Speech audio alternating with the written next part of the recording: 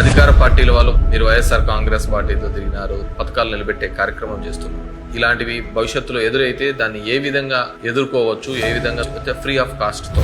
రెండో అంశం, ప్రతి చోట నియోజకవర్గాల్లో కూడా చిన్న చిన్న గొడవలు జరుగుతున్నాయి, అక్కడక్కడ ఇబ్బందులు జరుగుతున్నాయి, ఆస్తి నష్టాలు జరుగుతున్నాయి, అవి జరుగుతున్నాయి, గొడవ జరుగుతున్నాయి. రోజు పేపర్లలో చూస్తాం. మనం పోలీస్ స్టేషన్లకు పోయినా అక్కడ కేసులు పెట్టుకోవటం లేదు, పట్టించుకోవటం లేదు, స్పందించడం లేదు అని చెప్తూ ఉంటున్నాం. దానికి సంబంధించి ఏ విధంగా చేయాలి, ఏ విధంగా మనం ముందుకు పోవాలి. మూడోది, మన వాళ్ళను పోలీసులు ఎవరైనా కానీ తీసుకొని పోయి వస్తారు, రోజు రాత్రి వస్తారు, సడన్ గా తీసుకొని పోతారు. ఇబ్బంది పెట్టే కార్యక్రమం అంటే శారీరకంగా కొట్టడం కానీ హింసించడం కానీ ఏదైనా చేస్తే పోలీసులు వాళ్ళు తీసుకొని పోయిన తర్వాత వాళ్ళు ఎక్కడ ఏ పోలీస్ స్టేషన్ లో ఉన్నారో చెప్పరు, ఎక్కడ పెట్టారో చెప్పరు. ఒక రోజులో 24 గంటల లోపల చూపించాల్సిన వాళ్ళు ఇంకా చూపించారు, రిమాండ్ చూపించారు. వాళ్ళు ఎక్కడ పోయినాడో తెలియదు. మనకు ఒక డౌట్, అది వాళ్ళు తీసుకుపోయినారా లేకుంటే బయట వాళ్ళు కిడ్నాప్ చేశారా, ఎలా చేసినారని తెలియనప్పుడు. Good evening everyone. బేసిక్గా ఈ వీడియో పెట్టడానికి ముఖ్య కారణం ఏంటంటే, అధికారంలో ఉన్నప్పుడు మామూలుగా గుడ్ మార్నింగ్ ధర్మవరము లేకుంటే వివిధ కార్యక్రమాల ద్వారా ప్రజల వద్దరికి వెళ్ళడము, ప్రభుత్వం నుంచి వచ్చే పథకాలు కావచ్చు, ప్రభుత్వం నుంచి అందించే సహాయం కావచ్చు, అందుతుందా లేదా అనేది ఒక విశ్లేషించుకొని అక్కడ ఆ సమస్యకు ఒక సమాధాన రూపంలోనూ ఆ సమస్యను పరిష్కరించే విధంగా మనము ప్రయత్నం చేస్తూ ఉంటాం. ఆ విధంగా ఎన్నో సమస్యలను పరిష్కరించడం కూడా జరిగింది. చాలా చోట్ల కూడా ఈ విధంగా అయితే బెనిఫిట్ పొందగలుగుతామా అనేది కూడా చాలామంది పబ్లిక్ కూడా అవేర్నెస్ రావడం జరిగింది. సరే, మనకు ఇప్పుడు ప్రతిపక్షంలో ఉన్నాం కాబట్టి, ప్రతిపక్షంలో ఉన్నప్పుడు చాలా మటుకు కూడా గతంలో అయితే మనమైతే పార్టీలు చూడడం, ప్రాంతాలను చూడడం, కులం చూడడం, మతం చూడడం అని పథకాలన్నీ కూడా ఇస్తూ రావడం జరిగింది. కానీ ఇప్పుడు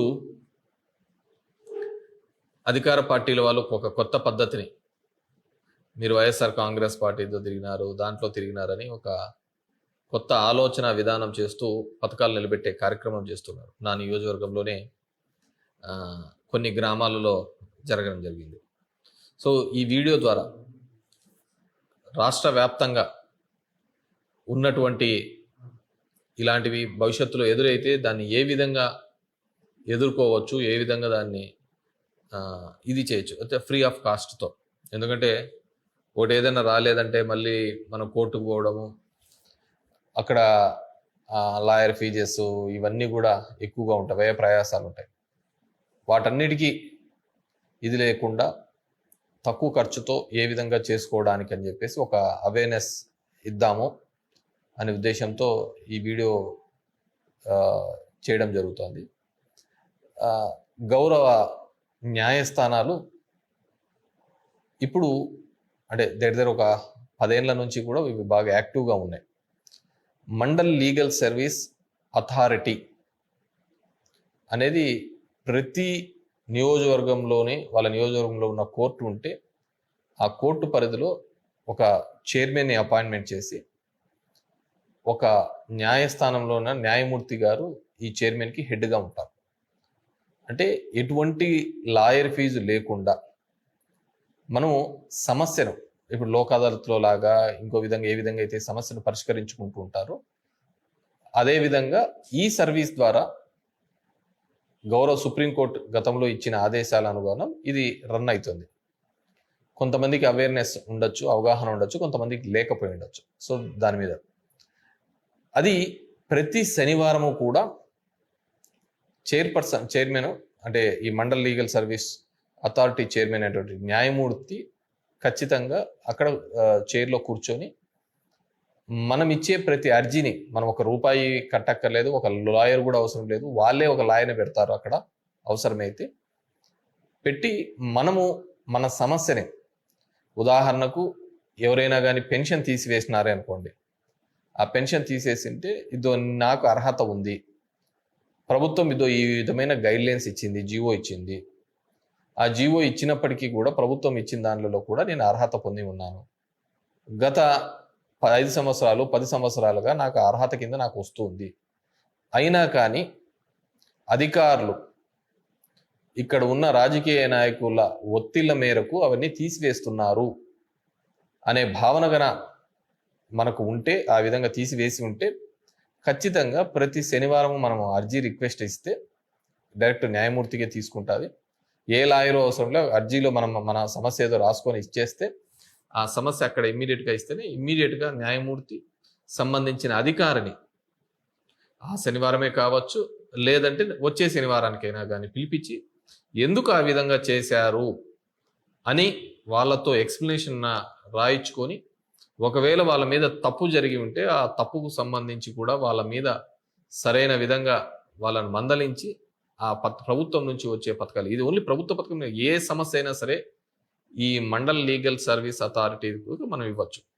ఎవ్రీ సాటర్డే ఆడ కూర్చుంటారు, మార్నింగే పోయి మనం అర్జీ రాసుకొని ఇస్తే మనకు ఈ పెన్షన్స్ కావచ్చు, భవిష్యత్తులో తీసివేసే ఏదైనా సరే, అది ఇద్దరి మధ్య ఉన్న సమస్య ఉండి కూడా అధికారి రెస్పాండ్ కాకపోయినా, ఏ ఉద్యోగి కానీ ఫలానాది ఏదైనా ఉంటుంది, ఆ ఉద్యోగి రెస్పాండ్ అవుతూ ఉండడు, స్పందిస్తుండడు, మనం అర్హత పొంది ఉంటాం అయిన ఉంటే అలాంటిది కూడా ఆ మండల ఆ చైర్పర్సన్కి ఇస్తే ఖచ్చితంగా మనకు గౌరవ న్యాయమూర్తి వాళ్ళు మనకు న్యాయం చేస్తారు. ఇది ఒక విధానం. పథకాల విషయంలో కావచ్చు, ఇద్దరి మధ్య ఉన్న సమస్యను సంబంధించిన అధికారి స్పందించకపోతే, అది ఎటువంటి సమస్య అయినా సరే, ఒక మధ్యస్థం ద్వారా, అంటే అది రెవెన్యూ అధికారులు కావచ్చు, ఇంకో అధికారి కావచ్చు, అర్హత ఉండి కూడా వాళ్ళకి ఆ విధంగా ఉన్నా కానీ వాళ్ళు స్పందించకపోతే దాని మీద మనం చర్యలు తీసుకోవడానికి ఈ మండల్ లీగల్ సర్వీస్ అథారిటీని ప్రతి నియోజకవర్గంలోనూ ఉన్న కోర్టులో మనం ప్రతి శనివారము కూడా, ప్రతిరోజు ఉంటుంది కానీ ప్రతి శనివారము దీని మీద చైర్పర్సన్ గారు అక్కడ కూర్చుంటారు కాబట్టి, చైర్పర్సన్ ఉంటే న్యాయమూర్తి కూర్చుంటారు కాబట్టి ఆ రోజు సంబంధించిన అధికారిని పిలిపించి వాళ్ళు ఎందుకు చేయలేదో వాళ్ళను అడిగించి నెక్స్ట్ ఎప్పుడు చేస్తామని కూడా రాతపూర్వకంగా వాళ్ళ దగ్గర స్టేట్మెంట్ తీసుకొని గౌరవ న్యాయమూర్తి మనకు న్యాయం చేసే అవకాశం దాని ద్వారా మనం పొందవచ్చు. ఎందుకంటే ప్రతిపక్షంలో ఉన్నాం కాబట్టి ప్రతి ఒక్క నాయకుడు కూడా ఖచ్చితంగా వీటిని ఎక్కడైనా మీకు అన్యాయం జరిగితే ఈ విధంగా ఉపయోగించుకోండి. ఒక అంశం. రెండో అంశం సంబంధించి ప్రతి చోట నియోజకవర్గాల్లో కూడా చిన్న చిన్న గొడవలు జరుగుతున్నాయి, అక్కడక్కడ ఇబ్బందులు జరుగుతున్నాయి, ఆస్తి నష్టాలు జరుగుతున్నాయి, అవి జరుగుతున్నాయి, గొడవలు జరుగుతున్నాయి, రోజు పేపర్లలో చూస్తాం. ఇది ఎప్పుడు లేని ప్రక్రియ ఈరోజు కొత్తగా జరుగుతుంది. సో దీనికి సంబంధించి కూడా కొంతమంది ఏమంటున్నారు, మనం పోలీస్ స్టేషన్లకు పోయినా అక్కడ కేసులు పెట్టుకోవటం లేదు, పట్టించుకోవటం లేదు, స్పందించడం లేదు అని చెప్తూ ఉన్నారు. సో దానికి సంబంధించి ఏ విధంగా చేయాలి, ఏ విధంగా మనం ముందుకు పోవాలి అనేది కూడా మీ దృష్టికి తీసుకొని రావాలనుకున్నాను. ఒకటి, ఎక్కడైనా కానీ మన ఇంటి మీదకి దాడి జరగడం కానీ, మన మీదకి దాడి జరిగినప్పుడు పోలీస్ స్టేషన్కి వెళ్ళినప్పుడు ఆ పోలీస్ స్టేషన్కు సంబంధించి అక్కడ అధికారి స్పందించకపోతే, అక్కడ ఉన్న స్టేషన్ హౌస్ ఆఫీసర్ SHO అంటారు, ఆయన స్పందించకపోతే మనం ఏం చేయాలంటే, ఇదిగో సార్ మా కంప్లైంట్ ఇది ఇచ్చినాం, దీని మీద మీరు కేసు కట్టాలి అని. అది ఎటువంటి కంప్లైంట్ అయినా సరే, ఎటువంటిది తీసుకున్నా కానీ ఖచ్చితంగా తీసుకొని FIR చేయాల్సిన బాధ్యత SHOకు ఉంటుంది. 24 గంటల లోపల కేసు కట్టాల్సిన బాధ్యత SHOకు ఉంటుంది. ఇచ్చిన ప్రతి కంప్లైంట్ కూడా నేను ఈరోజు ప్రతి ఒక్క కార్యకర్తకి, ప్రతి ఒక్క లీడర్లకు కూడా చెప్పదలుచుకునేదంటే, మీరు ఏ కంప్లైంట్స్ ఎప్పుడు ఇస్తున్నా కానీ, అది కలెక్టర్ ఆఫీస్లో కావచ్చు, MRO ఆఫీస్లో కావచ్చు, RDO ఆఫీస్లో కావచ్చు, MDO ఆఫీస్లో కావచ్చు, ఇంకే ఆఫీస్లో ఇస్తున్నప్పుడు కానీ అక్కడ అక్నాలెడ్జ్మెంట్ తీసుకోండి. అంటే రసీదు తీసుకోండి, సీలేసి వాళ్లకు ఇదిగో మీకు కంప్లైంట్ ఇచ్చినాము అని చెప్పే విధంగా ఒక అక్నాలెడ్జ్మెంట్ తీసుకోండి. అదేవిధంగా పోలీస్ స్టేషన్లో కూడా మీరు ఇచ్చిన తర్వాత వాళ్ళు కేసు రిజిస్టర్ చేస్తారా లేదా, కేసు రిజిస్టర్ చేయలేకుండా వాళ్ళు పంచాయతీ పెట్టాలని చూస్తూ ఉంటారు. దాని లేకుండా మన కేసే కావాలనుకుంటున్నప్పుడు ఖచ్చితంగా అక్కడ ఉన్న ఆఫీసర్ ఎవరైతే ఉన్నారో, మేము ఇచ్చినాము కాబట్టి మాకు కేసు ఖచ్చితంగా రిజిస్టర్ చేయాలి, లేదు అనుకుంటే మీరు కంప్లైంట్ తీసుకుంటున్నట్టు విచారిస్తాము, చేస్తాము అని కూడా చెప్తూ ఉంటారు. అలాంటప్పుడు ఇది మా కంప్లైంట్, ఇది నాకు రసీదు వేసి ఇవ్వండి అని చెప్పి వాళ్ళతో రసీదు తీసుకొని ఇవ్వండి. కొంతమంది ఎందుకంటే మా కొంతమంది రసీదు ఇవ్వరు. మరి రసీదు ఇవ్వనప్పుడు ఏం చేయాలా? రసీదు ఇవ్వనప్పుడు మనం ఏం చేయాలి అంటే, మనం తీసుకొని వచ్చి దాని సంబంధించిన ఎస్ఐ కోటి, సంబంధించిన సిఐ కోటి, డీజీపీకి ఒకటి, వీళ్లకు రిజిస్టర్ పోస్ట్ చేయాలి. రిజిస్టర్ పోస్ట్ చేసిన తర్వాత మనకు ఒక 3-4 రోజుల లోపల వాళ్ళకు రీచ్ అయ్యింది అని, రిసీవ్ అయింది అని ఒక కాపీ వస్తుంది. అది రిసీవ్ అయినా, రిసీవ్ కాకపోయినా, వాళ్ళు తీసుకోకపోయినా కూడా, తీసుకోలేదనే రిజెక్ట్ అయిన కాపీ కూడా వస్తుంది. వాళ్ళు వద్దనుకున్న కాపీ, ఏదో ఒక కాపీ వస్తుంది. కాపీ వచ్చిన తర్వాత వాళ్ళు కేసు రిజిస్టర్ చేయకపోతే ఇమ్మీడియట్గా ప్రతిరోజు కూడా మీకు సంబంధించిన కోర్టులలో మొట్టమొదటి న్యాయమూర్తి గారు బెంచ్లో కూర్చున్న తర్వాత ఆమె ఫస్ట్ పిలిచేది ఏంటంటే అర్జీదారులు అని పిలుస్తుంది. ఎవరైనా అర్జీదారులు ఉంటే రండి అని పిలుస్తాడు.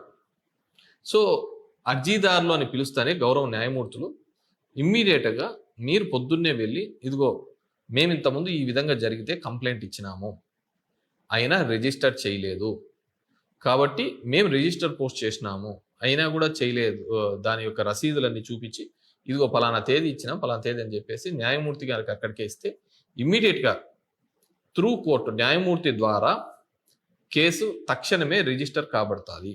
అది ఎటువంటిదైనా సరే తక్షణమే రిజిస్టర్ కాబడుతుంది. సో ఇమ్మీడియట్గా గౌరవ న్యాయమూర్తి సంబంధించిన అధికారులకు ఇచ్చి కోర్టు కేసు రిజిస్టర్ చేయమని చెప్పేసి చెప్పడం జరుగుతుంది. సో ఆ విధంగా ఎఫ్ఐఆర్ రిజిస్టర్ చేయబడుతుంది. సో నేను ఒకటి. రెండోది వచ్చి కొన్ని దెబ్బలు తగిలింటాయి. దెబ్బలు తగిలినా కానీ, అంటే చెయ్యి ఇరగడం కానీ, వైటల్ ఆర్గాన్స్కి బాగా ఇంజ్యూర్డ్ అయి ఉంటాయి. కానీ మనం ఇచ్చిన కేసుకు వాళ్ళు ఏం చేస్తారంటే 324, అంటే ఇప్పుడు సెక్షన్లు మన అవి కూడా చెప్తాను నేను. సో దానిలో బెయిలబుల్ సెక్షన్లకి వేస్తారు. అంటే వాళ్ళు అంత దాడి జరిగినా దాని మీద బెయిలబుల్ సెక్షన్లు వేస్తా అంటారు.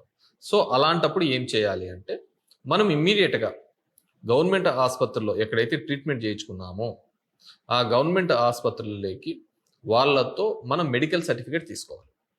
ఎప్పుడే కానీ ఒకటి గుర్తు పెట్టుకోండి, మనకి ఏదైనా కానీ, మనకు సంబంధించిన వాళ్ళకి కానీ, ఇంకోరు కానీ, ఎవరికైనా కానీ ఏదైనా కానీ జరిగితే ఫస్ట్ గవర్నమెంట్ హాస్పిటల్కి పోతానే అక్కడ MLC, మెడికల్ లీగల్ సెల్ అని ఒకటి ఉంటుంది.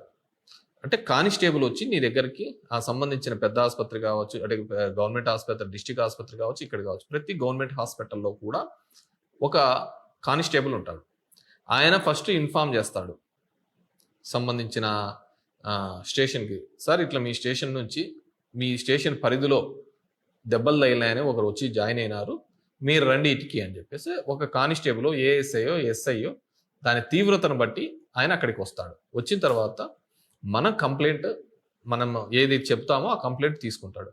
రెండోది బాగా గుర్తుపెట్టుకోండి, మనం ఆ విధంగా కంప్లైంట్ ఇచ్చేటప్పుడు కూడా మనం వీడియో తీయండి. ఎందుకంటే దానిలో మనం ఇచ్చిన కంప్లైంట్ ఒకటి, వాళ్ళు రాసిన కంప్లైంట్ ఒకటి ఉండకోకుండా ఆ వీడియో కూడా తీస్తే మనకు అది బాగా గట్టిగా సాక్ష్యంలాగా ఉంటుంది. సో ఆ వీడియో అన్ని కూడా తీసి పెడితే ఖచ్చితంగా ఆ కేసు రిజిస్టర్ చేస్తారు.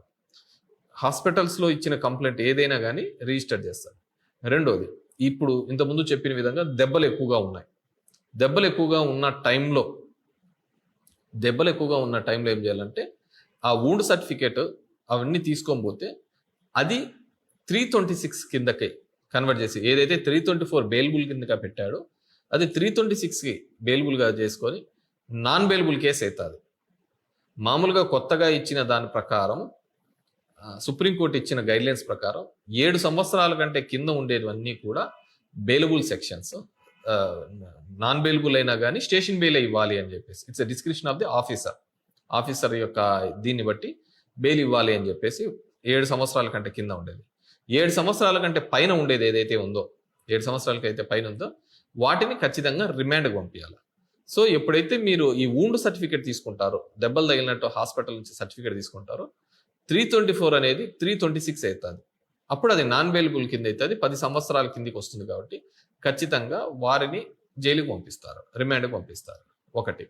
సో ఇది మీరు చేసుకోవాల్సిన ఇంకోటి ఏంటంటే, దీంట్లో బెయిలబుల్ సంబంధించి 324 కానీ 323 కానీ ఈ దీనికి సంబంధించి వచ్చినప్పుడు బెయిలబుల్ సెక్షన్లో 41A నోటీస్ ఒకటి ఇస్తారు. అది ఇచ్చినంటే మనం పోయి అక్కడ పోయి విచారణకు హాజరైనట్టు అది తీసుకొని రావాలన్నమాట.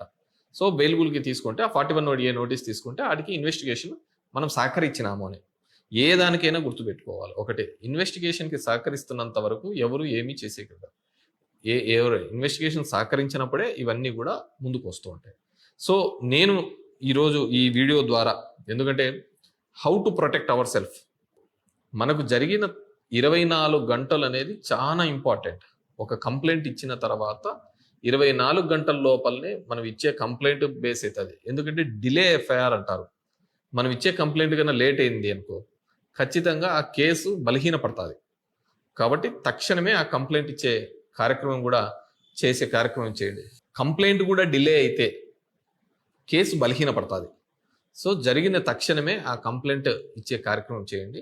సో ఆ విధంగా ఎవరైనా కానీ మన మీద దాడులు చేయడానికి కానీ, పోలీసులు కావచ్చు ఇంకోరు కావచ్చు ఏకపక్షంగా వ్యవహరించుకోకుండా ఉండడానికి వీలుంటుంది. మూడోది, మన వాళ్ళను ఎవరైనా కానీ పోలీసులు తీసుకొని పోయిన తర్వాత వస్తారు, ఒక రోజు రాత్రి వస్తారు, సడన్గా తీసుకొని పోయినప్పుడు ఖచ్చితంగా మీరు ఫొటోస్, వాళ్ళు ఎవరైతే వస్తున్నారో వాళ్ళ ఐడి కార్డ్స్ అన్నీ కూడా ఖచ్చితంగా వెరిఫై చేయండి. చేసి 24 గంటలు ఏ స్టేషన్కి తీసుకొని పోతున్నారు కూడా వాళ్ళని అడగండి, వాళ్ళు వీడియో తీసుకొని వాళ్ళతో మాట్లాడండి. 24 గంటల లోపల వాళ్ళు తీసుకొని పోయిన తర్వాత అరెస్ట్ చూపించాలి. ఒకటి, అరెస్ట్ చూపించాలి. అరెస్ట్ చూపించిన తర్వాత ఆ మధ్యలో ఎప్పుడైనా కానీ ఎవరైనా కానీ మనల్ని, మన వాళ్ళను ఎవరైనా కానీ ఇబ్బంది పెట్టే కార్యక్రమం, అంటే శారీరకంగా కొట్టడం కానీ హింసించడం కానీ ఏదైనా చేస్తే ఇమ్మీడియట్గా మీరు జడ్జి దగ్గర మళ్ళీ ఖచ్చితంగా అరెస్ట్ అయిన వాళ్ళను చూపించాలి, రిమాండ్ చూపించాలి. ఆ చూపించే క్రమంలో జడ్జి దగ్గరికి తీసుకొని పోతే ఖచ్చితంగా ఆ జడ్జి దగ్గర మనకి ఎక్కడైతే దెబ్బలు తగిలాయో అవి నీట్గా చూపించి, న్యాయమూర్తి గారు, గౌరవ న్యాయమూర్తి గారు ఈ విధంగా నన్ను అక్రమంగా తీసుకొని నన్ను కేసులో పెట్టి నన్ను ఈ విధంగా హింసించినారు అని న్యాయమూర్తి దగ్గర పంపిస్తే న్యాయమూర్తి గారు ఇమ్మీడియట్గా దీనికి పంపిస్తుంది, హాస్పిటల్కి పంపిస్తుంది. న్యాయమూర్తి గారు హాస్పిటల్కి పంపించేసి ఆ వూండ్ సర్టిఫికేట్స్ అన్ని తీసుకొని వచ్చి, అంటే దెబ్బలు తగిలినాయా, కొట్టిన దెబ్బలా లేకుంటే ఇంకో దెబ్బలు అన్నీ తీసుకొని వచ్చి ఖచ్చితంగా ఏ అధికారి అయితే ఆ విధమైన పని చేసింటాడో ఆ అధికారి మీద కూడా కేసు రిజిస్టర్ నమోదు కాబడుతుంది. ఆ అధికారి మీద కూడా కేసు నమోదు కాబడుతుంది. మనల్ని ఎవరైనా కావచ్చు పోలీసులు వాళ్ళు తీసుకొని పోయి ఉంటారు. తీసుకొని పోయిన తర్వాత వాళ్ళు ఎక్కడ ఏ పోలీస్ స్టేషన్లో ఉన్నారు చెప్పరు, ఎక్కడ పెట్టారో చెప్పరు. ఒక రోజులో 24 గంటల లోపల చూపించాల్సిన వాళ్ళు ఇంకా చూపించారు, రిమాండ్ చూపించారు. వాళ్ళు ఎక్కడ పోయినాడో తెలియదు. మనకు ఒక డౌట్, అది వాళ్ళు తీసుకుపోయినారా లేకుంటే బయట వాళ్ళు కిడ్నాప్ చేశారా, ఎలా చేసినారని తెలియనప్పుడు మనము హెబియస్ కార్పస్ పిటిషన్ అని ఒక పిటిషన్ వేయవచ్చు. అది హైకోర్టు ద్వారా ఆ పిటిషన్ వేయడము, లేకుంటే ఇక్కడ లోయర్ కోర్టులో కూడా వేయచ్చు. ఆ పిటిషన్ వేస్తే ఖచ్చితంగా గౌరవ న్యాయమూర్తులు వాళ్ళు సంబంధించిన పోలీస్ అధికారులను పిలిపించి ఆ జ్యూడిజిక్షన్లో వాళ్ళను 24 గంటల లోపల వాళ్ళను కేసులోనో చూపించండి, లేదు అంటే వాళ్ళు ఎక్కడున్నారో కూడా వాళ్ళను కనిపెట్టి వాళ్ళకు చూపించాల్సిన బాధ్యతను వాళ్ళ మీద చెప్పే కార్యక్రమం జరుగుతుంది. సో ఇవన్నీ కూడా మన భారత రాజ్యాంగం కల్పించిన చట్టాలు, ఈ వెసులుబాట్లు. సో చాలా మందికి ఈ చట్టాల మీద అవగాహన లేకపోవడంతో వాటిని మనం వాడుకోవటం లేదు. సో మీకు ఈరోజు దీని ద్వారా ఆ చట్టాల మీద కూడా అవగాహన కొంత మేరకు వచ్చింటుందని అనుకుంటున్నాను. ఖచ్చితంగా, ఎందుకంటే మనము ఆ అవగాహన ఉన్నప్పుడు మనము సంబంధించిన అధికారితో మాట్లాడేటప్పుడు కావచ్చు, మన దగ్గరికి వచ్చిన వాళ్ళతో మనం ఆ విధంగా వాళ్ళను ప్రశ్నించడం మొదలు పెడితే ఖచ్చితంగా మనకు బెటర్ రిజల్ట్స్, ప్రజాస్వామ్య పద్ధతుల్లో మనము ముందుకు పోవడానికి వీలుగా ఉంటుంది. కాబట్టి అదే సరే, ఊరికే తీసుకొని పోయి కొట్టి వదిలేసినారు, కేసు పెట్టలే, ఏమీ పెట్టలే, ఊరికే కొట్టి వదిలేసినారు. ఆ సందర్భంలో ఏం చేయాలి అంటే, నేను ఇంతకుముందు గతంలో చెప్పిన విధంగా ఎవరు కానీ భారత రాజ్యాంగంలో ఎవరే కానీ ఒక మనిషి మీద దాడి చేయడానికి వీలు లేదు. అలాంటప్పుడు అది పోలీస్ కావచ్చు, ఇంకోరు కావచ్చు. సో అలా ఎప్పుడైనా కానీ పోలీసులు కానీ దాడి చేసి వదిలిపెట్టితే ఇమ్మీడియట్గా నేను చెప్పిన ఇంతకుముందు చెప్పిన సందర్భమే అవుతుంది.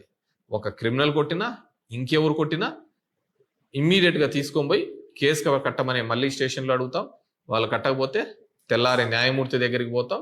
న్యాయమూర్తి దగ్గరకు ఇదిగో నన్ను ఈ విధంగా పోలీసు వాళ్ళు కొట్టారు, తీసుకొని పోయి కొట్టారు కాబట్టి నాకు ఈ దెబ్బలు తగిలినాయంటే ఇమ్మీడియట్గా మళ్ళీ హాస్పిటల్ పంపిస్తారు. ఇమ్మీడియట్గా ఆ పోలీస్ అధికారి మీద కేసు నమోదు చేయబడతాయి. సో నేను ఏ విధంగా చెప్తున్నంటే నేనేం లా స్టూడెంట్ కాదు. నా 18 ఏళ్ళ రాజకీయ జీవితంలో పొద్దున్న లేచిన నుంచి అన్ని వర్గాల వారితోనూ నేను ఉంటా అంటారు, అందరితోనూ తిరుగుతూ ఉంటా అంటారు, అందరూ కూడా ఉంటారు. సో వీళ్ళందరూ కూడా చట్టం మీద అవగాహన కలిగి ఉంటే, ఇంతకుముందు నేను గుడ్ మార్నింగ్ ధర్మవరం ద్వారా ఏ విధంగా అయితే ప్రభుత్వం యొక్క పథకాలు, ప్రభుత్వం చేసిన చట్టాల మీద అవగాహన ఉంది కాబట్టి నేను ప్రజలకు న్యాయం చేసే దిశగా అడుగులు వేయడం జరిగింది. సో ఈ కారణంలో ఇక్కడ కూడా మనకి ఏదైనా కానీ ఈ ప్రతిపక్షంలో ఉన్నప్పుడు మనం ఏ విధంగా సెల్ఫ్గా ప్రొటెక్ట్ చేసుకోవాలి అనే దానికోసమే ఈరోజు ఈ వీడియోని పెట్టడం జరుగుతుంది. కాబట్టి ఖచ్చితంగా ఈ ఆంధ్రప్రదేశ్లో ఉన్న వాళ్ళు మీరు ఈ విధంగా కక్ష సాధింపు చర్యలు ఎవరు చేపట్టినా, ఏ విధంగా చేపట్టినా కూడా ఈ విధంగా వాటి నుంచి మనకు ఒక సమాధానం, ఒక సొల్యూషన్ దీని ద్వారా తెచ్చుకోవడానికి వీలవుతుందని చెప్పేసి తెలియజేసుకుంటున్నాం. సో అందరూ కొత్తగా చెప్తూ ఉంటారు జూలై 1 నుంచి చట్టాలు అమలు, చట్టాలు అవే ఉన్నాయి, సెక్షన్ల నెంబర్లు మారినాయి. భారతీయ న్యాయ సంహిత అనే బిఎన్ఎస్ అని అంతకుముందు ఏ విధంగా ఉండేది, ఇండియన్ పీనల్ కోడ్ అనేది ఉండేది. 302 అనే సెక్షన్, 302 అనేది ఏంటంటే మర్డర్ చేసినప్పుడు వాళ్ళది కనెక్షన్ 302 కిందకి కడతారు. 302 ఐపీఎస్ ఉండేది, ఇప్పుడు 103 బిఎన్ఎస్ అయింది. అదేవిధంగా డిఫరెంట్ 323 ఐపీఎస్, మిగతా సెక్షన్లు ఇవన్నీ. 323 అంటే ఇట్స్ ఎ సింపుల్ ఇంజురీ, అది 115 బిఎన్ఎస్ అయిపోయింది. అదేవిధంగా సీరియస్ గ్రీవెన్స్, సీరియస్ ఇంజురీస్ ఉండే దాంట్లో 326 ఐపీసీ ఉండేది, ఇప్పుడు 118 బిఎన్ఎస్ కిందికి మారడం జరిగింది. అంతే తప్ప వాటిలో వచ్చినది ఇది లేదు, మారిన సందర్భం ఏం లేదు. సెక్షన్లు మారినాయి. అది ఒక పౌరుడుగా మనకు అది లాయర్లకు, పోలీసు వాళ్ళకు, వాళ్ళకు సంబంధించి ఆ సెక్షన్లు మారిపోయి, కానీ మనకు జరుగుతున్న విషయానికి సంబంధించి దీని మీద మనం కొద్దిగా అవేర్నెస్ ఉంటే ఏ విధంగా మనల్ని మనం ప్రొటెక్ట్ చేసుకోవాలి. ఎప్పుడే మన కోసం ఇంకోడు దిగి వచ్చినాడు, ఇంకోడు కోసం మన కోసం పుడతాడని కాదు. ప్రభుత్వం నుంచి వచ్చేవి కావచ్చు, మనల్ని ఎవరైనా కానీ కక్ష సాధింపుతో వేధిస్తే కావచ్చు, ఈ రెండింటినీ మీకు వివరించడం జరిగింది. ఖచ్చితంగా భవిష్యత్తులో మీరు మిమ్మల్నిగా ప్రొటెక్ట్ చేసుకొని అందరూ కూడా అండగా నిలుపుతాం. మేము అందరము ఉంటాము, అందరం కూడా కలిసికట్టుగా ఈ 5 సంవత్సరాలు కూడా పోరాడాల్సిన అవసరం ఉంటుంది, పోరాడతాం కూడా. కానీ అంతకు ముంచి మనం ఏ విధంగా ఉండాలని నేను ఇంతకుముందు చెప్పిన విధంగా నా జర్నీలో డిఫరెంట్ కైండ్ ఆఫ్ పీపుల్ని ఏ విధంగా మా క్యాడర్ని కాపాడుకోవడం కావచ్చు, అదేవిధంగా ఈ విధంగా అక్రమ కేసులు పెట్టినప్పుడు ఏ విధంగా వాటి నుంచి బయటపడాలని మేము చేస్తూ ఉంటాం మామూలుగా. అదేవిధంగా మా ప్రాంతంలో ప్రభుత్వం నుంచి చిన్న టెక్నికల్గా ఉన్నప్పుడు చట్టం మీద అవగాహన ఉంటే,